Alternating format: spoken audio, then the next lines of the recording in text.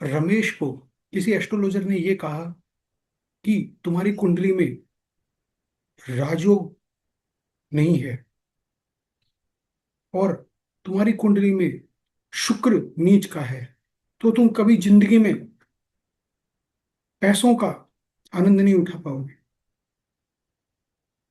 लेकिन मित्रों, कुछ साल बाद रमेश अपने एरिया का सबसे पॉपुलर इंसान बना और बहुत अच्छा खासा कमाई करने वाला इंसान बना।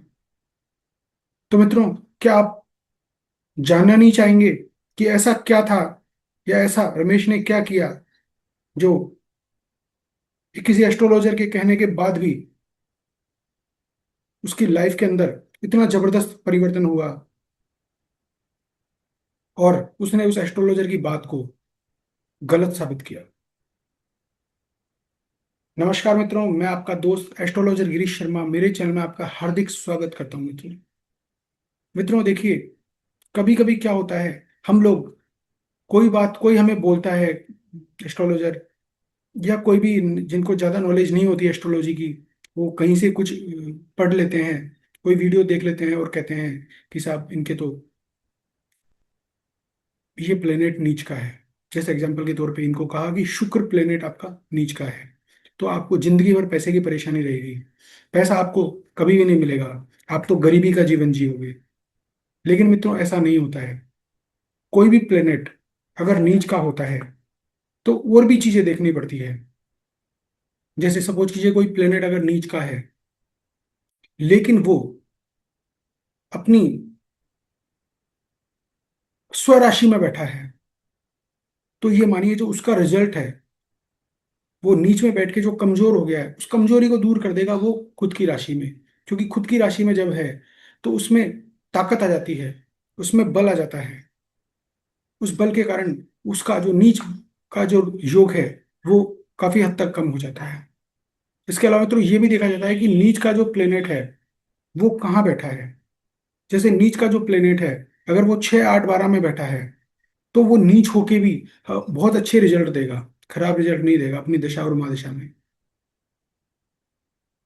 लेकिन मित्रों, मैं आज आपको जो बताने वाला हूँ वो मैं आपको बताने वाला हूँ नीच भंग राजयोग की ऐसी क्या स्थितियां होती है जिसमें एक प्लेनेट नीच होने के बाद भी वो नीच वाली रिजल्ट नहीं देता और बहुत ही अच्छे रिजल्ट देता है।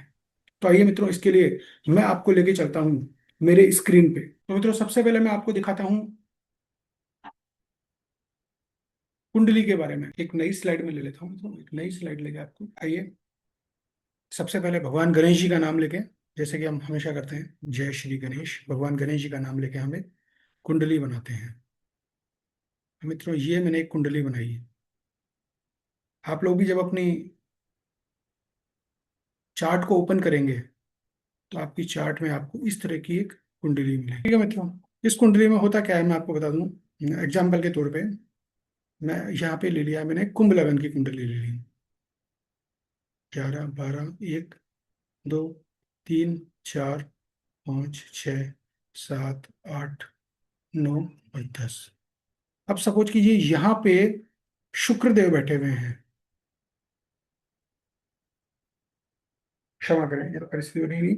यहाँ पे सपोज कीजिए, इसको मैं हटा देता हूँ, यहाँ पे मंगल देव बैठे हुए हैं। अब ये 4 नंबर है, 4 नंबर में मंगल देव बैठेंगे तो क्या करेंगे, 4 नंबर में अगर मंगल देव बैठेंगे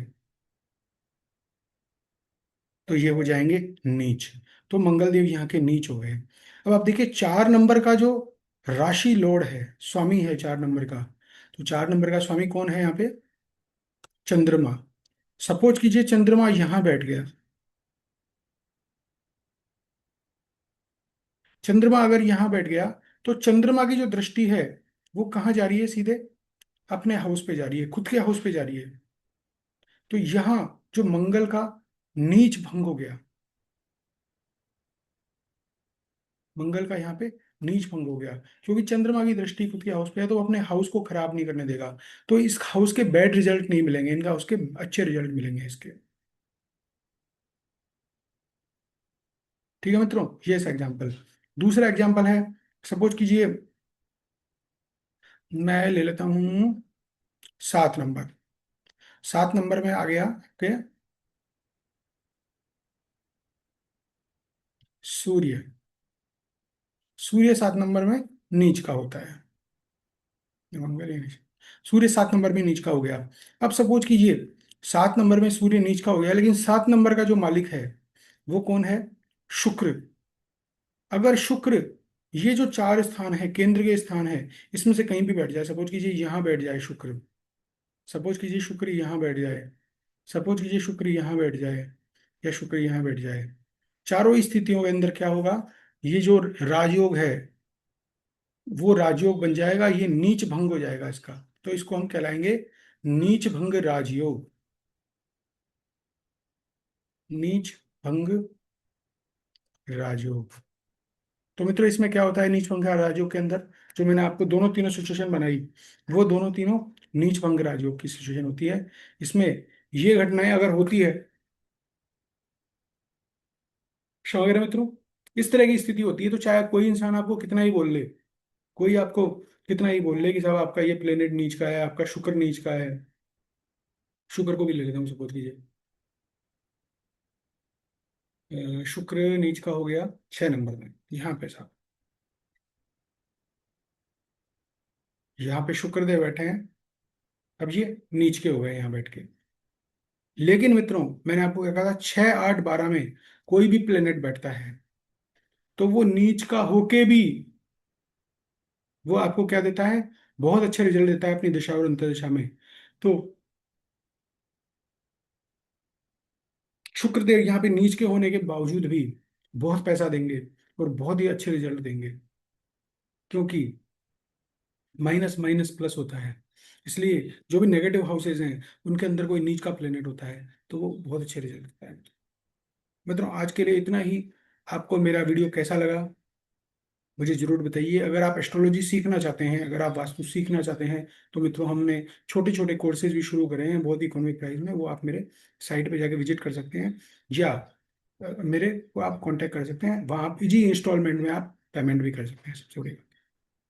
ठीक है मित्रों, जय श्री राम। इसी के साथ मेरी वाणी को विराम देता हूं। जय श्री